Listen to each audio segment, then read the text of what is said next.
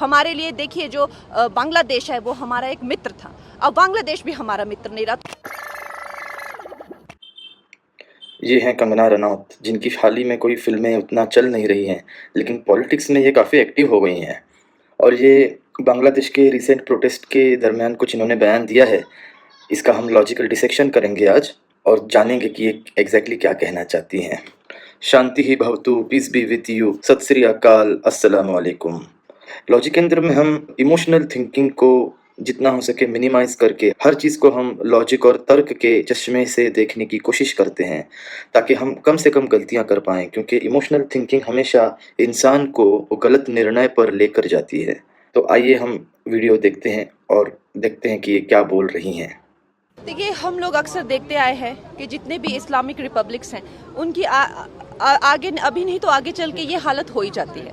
वहाँ पर अगर मान लो कोई और जब तक धर्म होता है तब तक उनका वो है पूरी तरह से उनको ख़त्म करने की कोशिश की जाती है, जैसे कि ब्रिटेन में। इस्लामिक रिपब्लिक बहुत सारे हैं। इस चीज़ को हम बिल्कुल न्यूट्रल इंसान बनकर देखेंगे, कोई हम पक्षपात नहीं करेंगे, कोई बायस थिंकिंग नहीं रखेंगे। अभी बहुत सारे इस्लामिक रिपब्लिक हैं, जैसे मलेशिया है, इंडोनेशिया है। यहाँ पे तो कोई प्रॉब्लम नहीं है, ये तो काफ़ी एडवांस कंट्री हैं और आगे बढ़ रहे हैं और हालात काफ़ी अच्छे हैं। उसके अलावा तुर्की, जिसको हम तुर्कस्तान के नाम से जानते हैं, वो भी बहुत अच्छे लेवल पे है देश। उसके अलावा Saudi Arabia, Oman, Kuwait, Qatar, जहाँ पर अभी हाल ही में फुटबॉल का वर्ल्ड कप हुआ था, दुबई है, और बहुत सारे इस्लामिक रिपब्लिक कंट्रीज़ हैं जहाँ पर प्रॉब्लम्स नहीं है। वो जो कंट्रीज़ हैं वो अच्छे खासे लेवल पे खुद को प्रूव कर रही हैं और आगे बढ़ रही हैं और दुनिया में उनका नाम है। ठीक है, तो एक चंद जो गिने चुने इस्लामिक रिपब्लिक हैं, जिनका जो है नाम हमेशा लिया जाता है, जैसे अफ़गानिस्तान हो गया, इराक हो गया, ईरान हो गया या सीरिया हो गया। के मुतालिक अगर मैं कहूँ तो आपको थोड़ा-सा डिटेल में जाना पड़ेगा। अफ़गानिस्तान की हिस्ट्री अगर आप पढ़ेंगे तो आपको पता चलेगा कि रशिया और यूएसए यानी अमेरिका, इनकी जंग जो हुई थी, इसके बाद में कोल्ड वॉर शुरू हो गए थे, सेकंड वर्ल्ड वॉर के बाद में। तो वहाँ पर जो है इन दोनों देश के दरमियान अफ़गानिस्तान पिस कर रह गया। रशिया ने अफ़गानिस्तान पे अटैक कर दिया था और बहुत ज़ुल्म किया उन्होंने, वहाँ के लोगों पे बहुत ज़ुल्म किए रशियन आर्मी ने। और फिर अमेरिका ने अपने हथियार अफ़गानिस्तान के सोल्जर्स को सप्लाई की, उनको ट्रेनिंग दी और मुजाहिदीन, जिसे वहाँ पर लोकल वहाँ की लैंग्वेज में कहते हैं, वहाँ की जो आर्मी है अफ़गानिस्तान की उस टाइम की, उसको ट्रेन किया और फिर मुजाहिदीन ऑफ अफ़गानिस्तान ने रशियन आर्मी को, रशियन एयर फोर्स को खास करके डिफीट किया। ये सब आप जानना चाहते हैं तो आप, एक इंग्लिश मूवी है चार्ली विल्सन्स वॉर, वो आप देख सकते हैं। टॉम हैंक्स की मूवी है वो, उसमें काफ़ी हद तक सही जो है अकाउंट्स उन्होंने दिखाए हैं। ठीक है, उसी तरीके से जो इराक का मसला है, इराक में जो तेल के, पेट्रोलियम के, कच्चे ऑयल के, जो कच्चे तेल के जिसे कहते हैं, वहाँ पे ज़ख़ीरे हैं, उसकी वजह से मेनली, और सद्दाम हुसैन के जो एग्रेसिव नेचर और जो वेस्ट के खिलाफ या वेस्ट के सामने ना झुकने का जो उसका एटीट्यूड था सद्दाम हुसैन का, उसकी वजह से यूएस ने इराक पे हमला किया और उसके बाद में उसकी हालत जो है ख़राब हो गई। तो यहाँ पर आप दोनों देशों के मामले में आप देखिए कि धर्म का कोई लेना देना नहीं है। जो भी हालात वहाँ पे बिगड़े हैं वो रिलीजन के नहीं बल्कि पॉलिटिक्स, वर्ल्ड पॉलिटिक्स की वजह से बिगड़े हैं।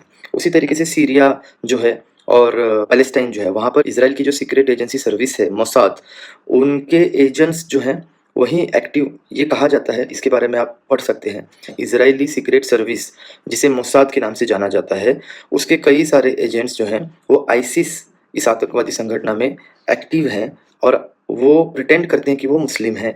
और अभी रिसेंटली 2017 में लिबियन सिक्योरिटी फोर्सेस ने एक आदमी को, जो कि मोसाद एजेंट था, उसको अरेस्ट किया, जो दाइश मतलब आईसिस के लिए काम करता था। और ये जो इन्फॉर्मेशन है वो इजरायली वेबसाइट इंडियन मरकज़ी में रिपोर्ट की गई है। उस एजेंट का नाम है इफ्राहिम बेंजामिन, जो अबू हफ्स के नाम से वहाँ पर काम कर रहा था और एक मस्जिद में इमाम, जो होते हैं मुस्लिम्स में इमाम, मतलब जो वहाँ के जो उनके पंडित होते हैं, वो उस पोस्ट पे वो वहाँ पे काम कर रहा था, कार्यरत था। तो आप सोच सकते हैं कि जो इज़राइल है वो अपने आसपास के जितने भी उसके सराउंडिंग देश हैं उनमें इंस्टेबिलिटी क्रिएट करना चाहता है ताकि वो सुरक्षित रहे। तो ये बहुत वर्ल्ड पॉलिटिक्स की वजह से ये सब चीज़ें होती हैं। तो आप अगर देखोगे कि ये जहाँ पर नहीं है, उन इस्लामिक रिपब्लिक्स देशों में बिल्कुल कोई प्रॉब्लम नहीं है और वो बहुत अच्छे से अपनी जो है तरक्की कर रहे हैं और वर्ल्ड इकोनॉमिक्स में लोगों के भलाई के लिए जितना हो सकते वो कंट्रीब्यूट कर रहे हैं। तो मुझे नहीं लगता कि यहाँ पर जो है कंगना रनौत की बात में कोई भी दम है। जो है वहाँ के जो क्रिश्चियन लोग हैं उनको पकड़ पकड़ के सड़कों पर मारा काटा जा रहा है, और फिर जब अकेला वो धर्म रह जाता है तो सिया सुन्नी में ही जो है वो एक तरह की वो चपट में ब्रिटेन कब से इस्लामिक रिपब्लिक बन गया भाई? ब्रिटेन तो एक सेक्युलर देश है जहाँ पर डोमिनेंट रिलीजन जो है वो क्रिश्चियनिटी है। वैसे तो वो देश रिलीजन पे बेस्ड नहीं चलता है, लेकिन ऑफिशियल रिलीजन कहकर क्रिश्चियनिटी को वहाँ पर जो है वो प्लेस दिया गया है। और वहाँ पर कोई भी जो है क्रिश्चियनों को पकड़ के मार काट नहीं रहा है, जैसे कि हमारे मैडम कह रहे हैं। जो किस्सा हुआ था वो इस तरीके का था, आप इसके बारे में बिल्कुल गूगल कर सकते हैं, पढ़ सकते हैं। मैं कोई अपने दिल की बात नहीं कह रहा हूँ या फिर कोई भी इमेजिनरी बात नहीं कह रहा हूँ। कुछ लॉज क्रिएट किए गए थे ब्रिटेन के गवर्नमेंट की तरफ से, जो इमिग्रेंट्स वहाँ पे हैं बाहर से आए हुए और ब्रिटेन में स्थायी हुए लोगों के रिलेटेड लॉज थे, जिसकी वजह से उन्हें दिक्कतें थी। तो उन लोगों ने वहाँ पर प्रोटेस्ट किए। उसके बाद वहाँ पर जो कुछ ऐसे ऑर्गेनाइजेशन हैं जो कट्टर क्रिश्चियन ब्रिटिश ऑर्गेनाइजेशन हैं, जो बाहर के लोगों से या दूसरे धर्म के लोगों से चिढ़ते हैं, उन्होंने इन प्रोटेस्ट्स का जमकर जो है विरोध किया और उसमें कुछ थोड़ा बहुत वायलेंस क्रिएट हुआ। लेकिन जो जैसा कि कंगना जी कह रही हैं कि मारकाट और लोगों की मृत्यु हुई है, ऐसा कुछ नहीं हुआ है वहाँ पर। उसके बाद एक और किस्सा हुआ कुछ दिनों के बाद में कि एक वहाँ के लोकल डांस ट्यूशन में एक आदमी लगभग 20-22 साल का, मुझे एग्जैक्टली याद नहीं है, आप इसके बारे में पढ़ सकते हैं, वो जो है वहाँ पर घुसा और उसने 3-4 वहाँ की जो शिष्या थी, लड़कियाँ थी, जो छोटी लड़कियाँ थी, छोटी बच्चियाँ थी, उन पर अटैक किया। तो उसमें 3 जो है बच्चियाँ, उनकी डेथ हो गई। और इसके बारे में झूठी अफवाह वहाँ पे फैलाई गई कि वो जो आदमी है वो एक इमिग्रेंट है और एक मुस्लिम धर्मीय है।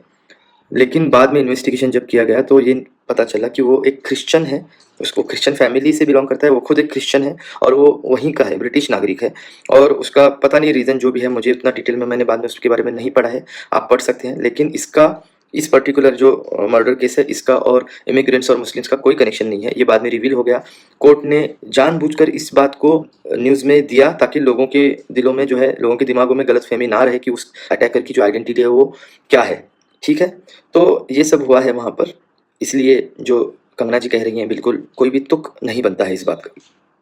जाते हैं। अरे आसपास क्या क्या हालत हो गई, इंसान की जान की कोई कोई मूल्य नहीं रहा हुआ है।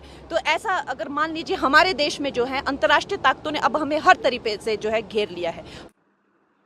ये बात तो सही है कि इंसान की जान की कोई मूल्य अभी इस दुनिया में नहीं रह गई है। और ये हमें सिर्फ इस एक कॉन्टेक्स्ट में नहीं देखना चाहिए कि एक धर्म और दूसरा धर्म की यहाँ से क्राइम हो रहा है और यहाँ पर विक्टिम है। बिल्कुल नहीं, हर धर्म के लोगों में, इसमें एक्चुअली धर्म का कोई लेना देना है ही नहीं।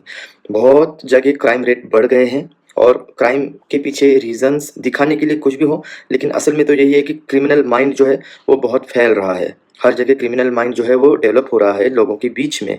और इसको आप देख सकते हैं, बाहर के देशों में भी देख सकते हैं, हमारे देश में भी देख सकते हैं। यहाँ पर आप देखेंगे तो पिछले 20-22-25 साल में आप देखेंगे तो गुजरात के दंगे हैं 2002 के, जो जिसके बारे में अगर मैं बोलूँ तो रोंगटे खड़े हो जाते हैं। जो है मन जो है, दिमाग जो है सुन्न हो जाता है। उसके अलावा मुजफ्फरनगर के दंगे हैं। उसके बाद में आप अगर देखोगे लिंचिंग हुई है बहुत सारे लोगों की गो हत्या के नाम पे, छोटी छोटी चीज़ों के कि अगर कोई मांस लेके जा रहा है, चाहे वो बकरे का हो चाहे वो चिकन का हो, कुछ भी रीज़न लगाकर, कुछ भी अफवाहें फैलाकर लोगों को मारा गया है। चोरी का इल्ज़ाम देकर लोगों को बांध कर कत्ल कर दिया गया है इस देश में। उसके अलावा मैं एक साइड की बात नहीं करूँगा, ऑफकोर्स अदर साइड से भी हुआ है, जो सर तन से जुदा या फिर ऐसे नारे लगाकर और जो है गुस्ताखे रसूल या गुस्ताखे रिलीजन, गुस्ताखे धर्म, गुस्ताखे दीन, कुछ भी कह लीजिए आप, इसका जो है नाम, इस चीज़ का एक्सक्यूज़ बनाकर लोगों को मारा गया है, कत्ल कर दिया गया है। हर जगह ये हुआ है। लेकिन एक बात है कि माइनॉरिटी पे ज़्यादा जुल्म होता है, ज़्यादा जुल्म हुआ है, इसको हम झुठला नहीं सकते। ठीक है, तो जैसा कि कंगना जी कह रही हैं कि इंसान की जान की कीमत नहीं रही है, बात बिल्कुल सही है। I agree, I support her in this particular sentence, but ये हर जगह से हो रहा है। इसलिए हमें तर्क और लॉजिक का इस्तेमाल करना चाहिए। जो धार्मिक द्वेष फैल रहा है उसको कम करना चाहिए। वो कम कैसे हो, इसके बारे में हमें बात करनी चाहिए। ठीक है, हम अगर एक दूसरे पर ब्लेम करते रहेंगे कि आपके लोगों ने इनको मारा, आपके लोगों ने उनको मारा, आपके लोगों ने हमारे लोगों को मारा, हमारे लोगों ने आपके लोगों को मारा, तो ये कभी साइकिल ख़त्म नहीं होने वाला है। ये चलता ही रहेगा। ये विशियस साइकिल है, ये जहरीला जो है चक्र है, इसमें फंसना नहीं है। सही चीज़ों को, सही जो बातों को, सत्य चीज़ों को सामने लाना है और द्वेष को पीछे छोड़ना है। हमारे लिए बड़ा ही चिंताजनक विषय है। हमारे लिए देखिए, जो बांग्लादेश हमारा एक बांग्लादेश हमारा मित्र नहीं रहा, तो बांग्लादेश हमारा मित्र क्यों नहीं रहा और पहले था, इसका क्या प्रमाण है? ये कोई लॉजिकल बात है ही नहीं। और हमारे देश की जो मित्रता है बांग्लादेश के साथ में, वो क्या सिर्फ एक व्यक्ति मतलब वहाँ की जो एक्स प्राइम मिनिस्टर थी शेख हसीना, उनसे हमारी मित्रता थी, या वो देश से मित्रता थी? अगर देश से थी तो वहाँ के सभी लोगों से होनी चाहिए, और वहाँ के सभी लोग जो हैं वो आज भी वही हैं जो पहले थे, उनका माइंडसेट भी वही है। उन्होंने जो है अपने देश में जो भी प्रॉब्लम थी उसके खिलाफ प्रोटेस्ट किए, और उनकी जीत हुई, उन्होंने वहाँ पे सरकार गिराई, और नए लोगों को जो ज़्यादा उनके मुताबिक सही है उनका देश चलाने के लिए, उनको उन्होंने जो है पावर सौंप दी है। ठीक है, तो इसमें कोई गलत बात नहीं है। ठीक है, उसके बीच में अफरा-तफरी में, इतना बड़ा देश है, इतने बड़े लेवल पे वहाँ पर प्रोटेस्ट्स हो हुए हैं, और जो है लोग सड़कों पर उतरे हैं, तो थोड़ा बहुत जो है उसमें समाज में जो है वो दूषित मानसिकता के लोग होते हैं। उन्होंने कुछ ऐसे-ऐसे काम किए हैं, अटैक किए हैं लोगों के घरों पे। अब उस चीज़ को मुद्दा बनाकर कि वहाँ पर हिंदुओं पर अटैक हुआ है, हिंदू बांग्लादेश में खतरे में है, ये सब प्रोपेगेंडा यहाँ पर क्रिएट किया गया है। तो आप देखिए इस चीज़ के रिस्पॉन्स में वहाँ पर जो नए जो प्राइम मिनिस्टर वहाँ पर बनाए गए हैं, मोहम्मद यूनुस, उन्होंने ये स्टेटमेंट जो है पब्लिकली रिलीज़ किया कि अगर लोग बाज़ नहीं आएँगे और ये जो अटैक जितने भी हुए हैं ये नहीं रुकेंगे, तो वो अपने पद से इस्तीफ़ा दे देंगे, और वो जो है देश को चलाने में कोई भी सहभाग नहीं देंगे। सोचिए, इतने बड़े लेवल पे अगर किसी आदमी को चुना गया है और बाद में वो आदमी ये स्टेटमेंट देता है, तो ये कितनी बड़ी बात है। क्या हमारे देश में हमारे जो पावर में लोग हैं वो ऐसे स्टेटमेंट्स दे सकते हैं? कभी दिया है उन्होंने? आप ही सोच कर देखिए कि क्या लॉजिकली इस बात की कोई वैल्यू है या नहीं है। मैं आप पर ये बात छोड़ता हूँ, आप कमेंट्स में मुझे बता सकते हैं, ताकि अगर कुछ मेरी तरफ से गलती हुई है, मैं कुछ इंटरप्रेट करने में गलत हूँ, तो आप मुझे बताइए कमेंट्स में। मैं जो है उस पर वीडियो बनाऊँगा और वापस आपको इसके बारे में जो है क्लैरिफिकेशन दे दूँगा। मित्र नहीं रहा, तो चारों तरफ से जो एक अंतर्राष्ट्रीय ताकतों ने हमें घेर लिया है, तो अब भारत को हर निर्णय सोच समझ के लेना चाहिए। आपको ऐसा लगा क्या कि ये जो हैं कंगना रनावत जी, ये स्मृति ईरानी के पास क्रैश कोर्स करके आई हैं? क्योंकि ये जिस तरीके से बात कर रही हैं, एग्ज़ैक्टली कॉपी लग रही है मुझे। क्या आपको भी दोनों की बात करने की शैली में, स्टाइल में सिमिलैरिटी लगी, एक जैसापन लगा? तो आप कमेंट में ज़रूर बता सकते हैं। बिल्कुल उनकी छाप लग रही है इनकी बात करने के स्टाइल में। ठीक है, चलो फिर मुझे आप इजाज़त दे दीजिए, मिलते हैं अगले वीडियो में। बाय।